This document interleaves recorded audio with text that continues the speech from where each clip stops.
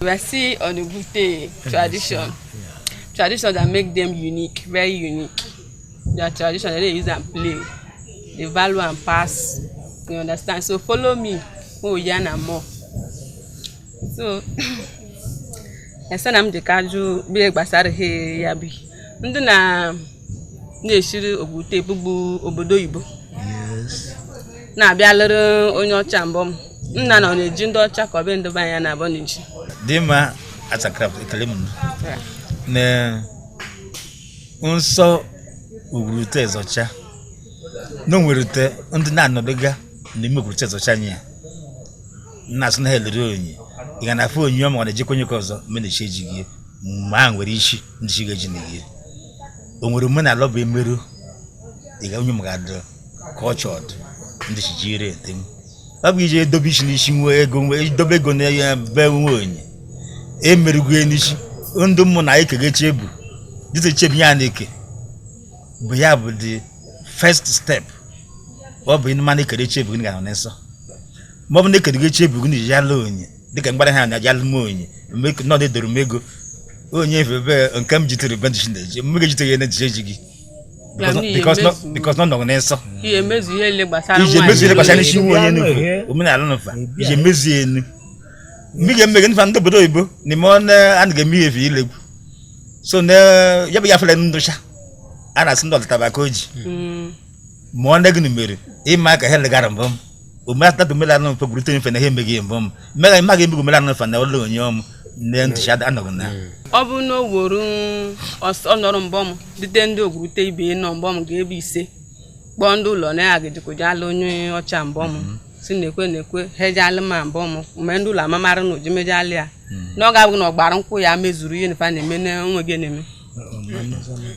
gịmenti ihe ọ bụghị na ọ ga-agbago nkwụ ya mbọm onye ma aka na-agbapụ mbọm na nke mbụ bụ ndị edelete nwe onye ọmechumenye ekwu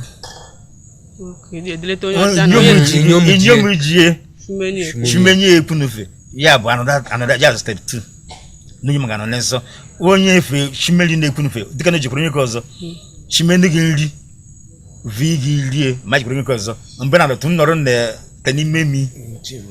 na jishi na eji and the shwe gbo ko na epunufe shume mema ni mela na fa na mena ko bulite onye lugwe tgala mbọ mo dilete gị ebe ye na nef medilete gị no ya nwe gị na-eme ndị shaga ma man go mpabụrụ ma ndọbụ kocha abụ kocha ino already aka wesa no chujede go mbom umete na na business we na meet business as contract marriage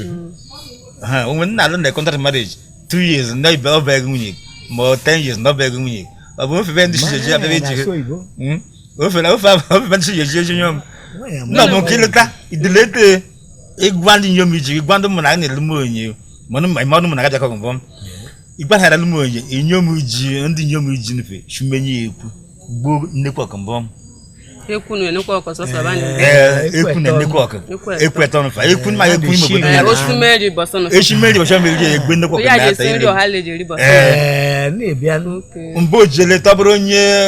oji ma onye chafa na ka tọ karịrị onye ọcha sef na dị eji mana ọ ga-esigo nri n'ofu ọ ga-eme ihe n'ofe na obe nwere ke na business bụ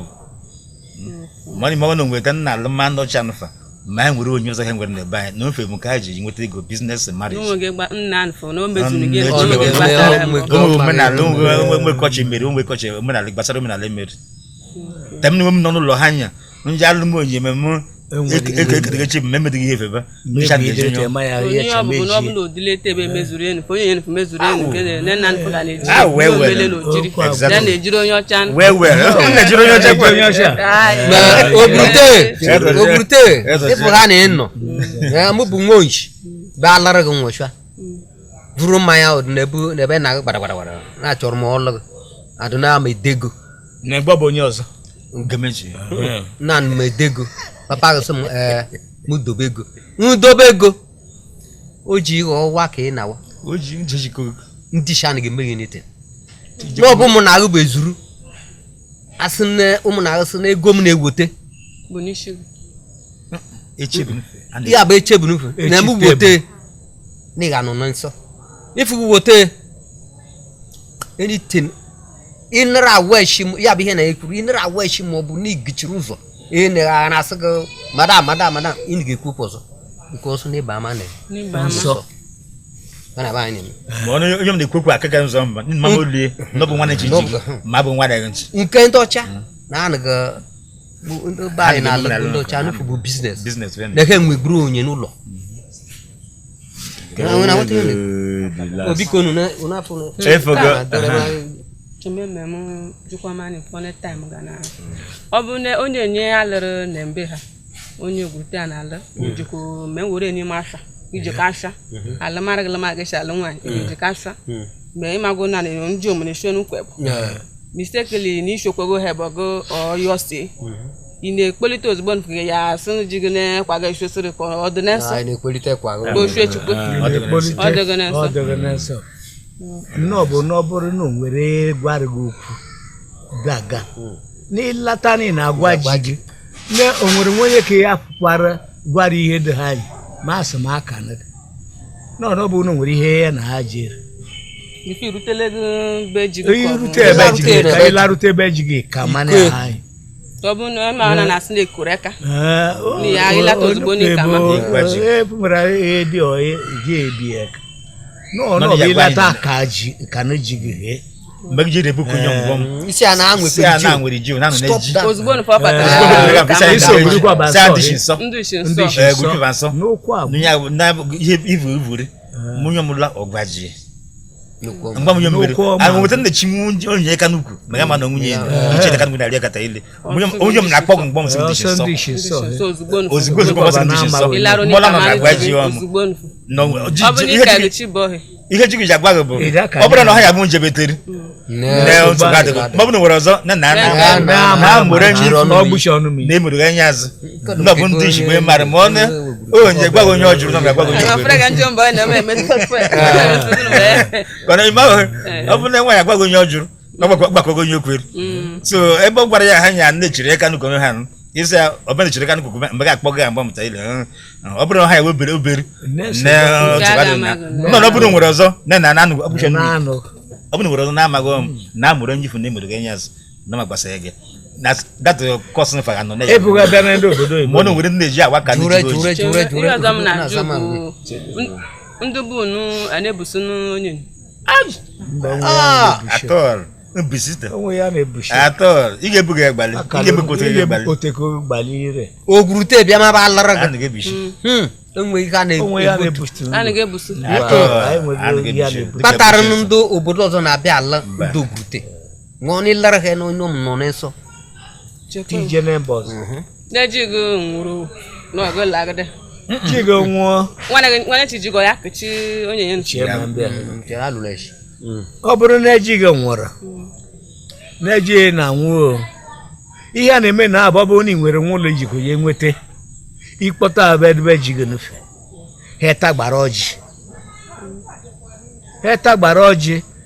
na-ịgba tishi onwe gị tishi ụmụ gị na fe mụtarịrị ebe jigo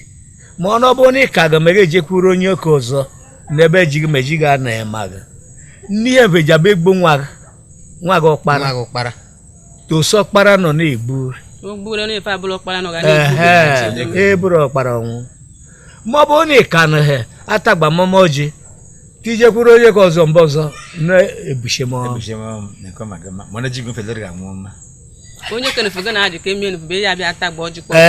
onye kenefego jego ya kọmiti gị be gị na aji abe nna gị n'ọkpara batagba ọjị ọkpara onye efe mụrụ onye efe na-enwe ọkpara na onye ka ife ya na-aji eme onye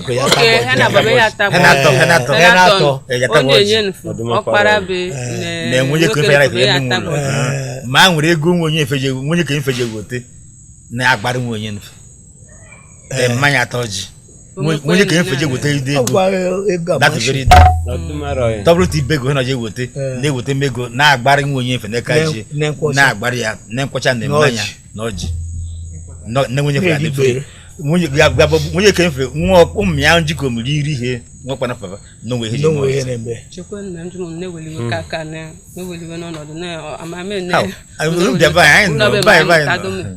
ihe m na-ajụ nwocha bụ ha na-agha na ga-ebuso na-eji onye ọmụ na-emebi na accident ma ọ bụ shi o mgbe ọ ga-atụkpọta gị nwunye ya ime ma a na ga-ebuso na ọ ga-adị m impotent ya m na o nwere ike isi na a na-amụta nwa na akụkọrọ na ọ ga-abịa ya nọta na akụkọrọ abụ ha nfụkọ ọnụ chi jefute nwenye ga-ebu ya ịnụma na-enye mụrụ nwa n'ebe anyị so ọ ga-atụkpọta nwaanyị ime na ọ ga-abịa ya nọdụ mgbe nwaanyị gbalị ya chọrọ ịnatụ ihe chọrọ onye na-atụ ime nọdụ bụkwa nwenye nke butere m na-ese m je ka jụrụ gbasara ọ bụ amụgụ nwa onye ọzọ ya mụrụ mbe ya na bụ ndị vaanyị a na-amụ nwunye ọzọ ya bụ gwurute ya bụ gwurute gịnị butere amụgụ nwunye ọzọ ịnụme ya mụrụ amụghị nwa onye ọzọ bụ onye na-atụrụ gị ime esi na ọga mụrụ ya ịma na ọ bụrụ na eje na mba ọzọ na onye na-alụ onye ma onye anaghị alụ onye na-alụ gwurute anyị enweghị ịhọm oke na nwere ndị ọbịa iro asị gị na onye tenu na-eleta bolo n'ije n'ubolo na onye na-alụta onye si amụtara ya nwa ma adịghị n'ala ogwurute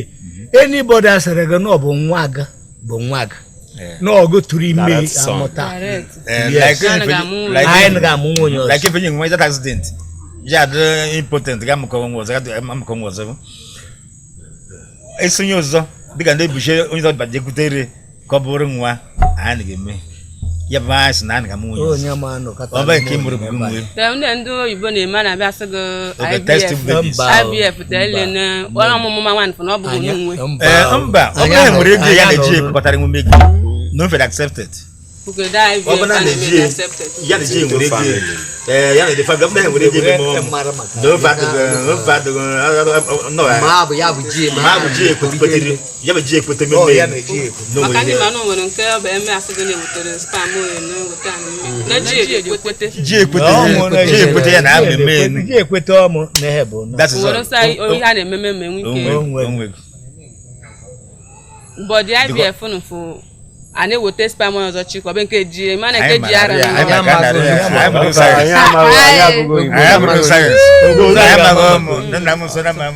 ọ bụ na ha na-amụnụgụ nwa onye ọzọ mee o nwere gị na-eji amata na onye na-abụghị nwa onye na ọ bụghị onye na-atụrụ ime ka ọ na nwere ihe ọ bụ onye kene jekwu nwaanyị na omeme ya sị na ọ bụghị ya na o mere ihe dị ịmara ihe gọọmenti ji ihe ka m zana ka na-ewere obigo ịmara ihe n'ebe anyị nwere onye na-anọgbu ote na mkpụrụ ọzọ ma bụ onye gwurute mụrụ ya ọ na-enwe mkpụrụ ọzọ lụgo otenye mụta ile enweghị ihe ile ma mgbe atụrụ long run onye mfekwuru ndị file lata n'ọga na-enye nsogbu bikọs ọlụ ụwa ya zụ mmanya ezikọ ba m gwurute ya bụ inwe zọcha ka ihe nyere onye nsogbu mbọ m na ọ bụ mbe enyi na ọ bụ nna gị likewise ọ bụrụ nne dịka na irere dịka ha ga-alere gị ji na mba atọ gị ime mba mụ na gị na-eme ọnya enyi ama m na gị na-enye eze bụ ọnya enyi ịtọ gị ime bikọs ọmụ bụ amara mana mụ na gị na-eme ọnya isi na ọmụ tụrụ gị mụọ nga na-emere gị lere m tụrụ ya megbo mmụrụ ka nwe ọmụ kpaịla ọbụ enyi tụrụ gị mma omegode nwa falakọ na-enyi atụrụ las na nwa falakọ na-enyi mana gala gị enufe ba n'ọbakọ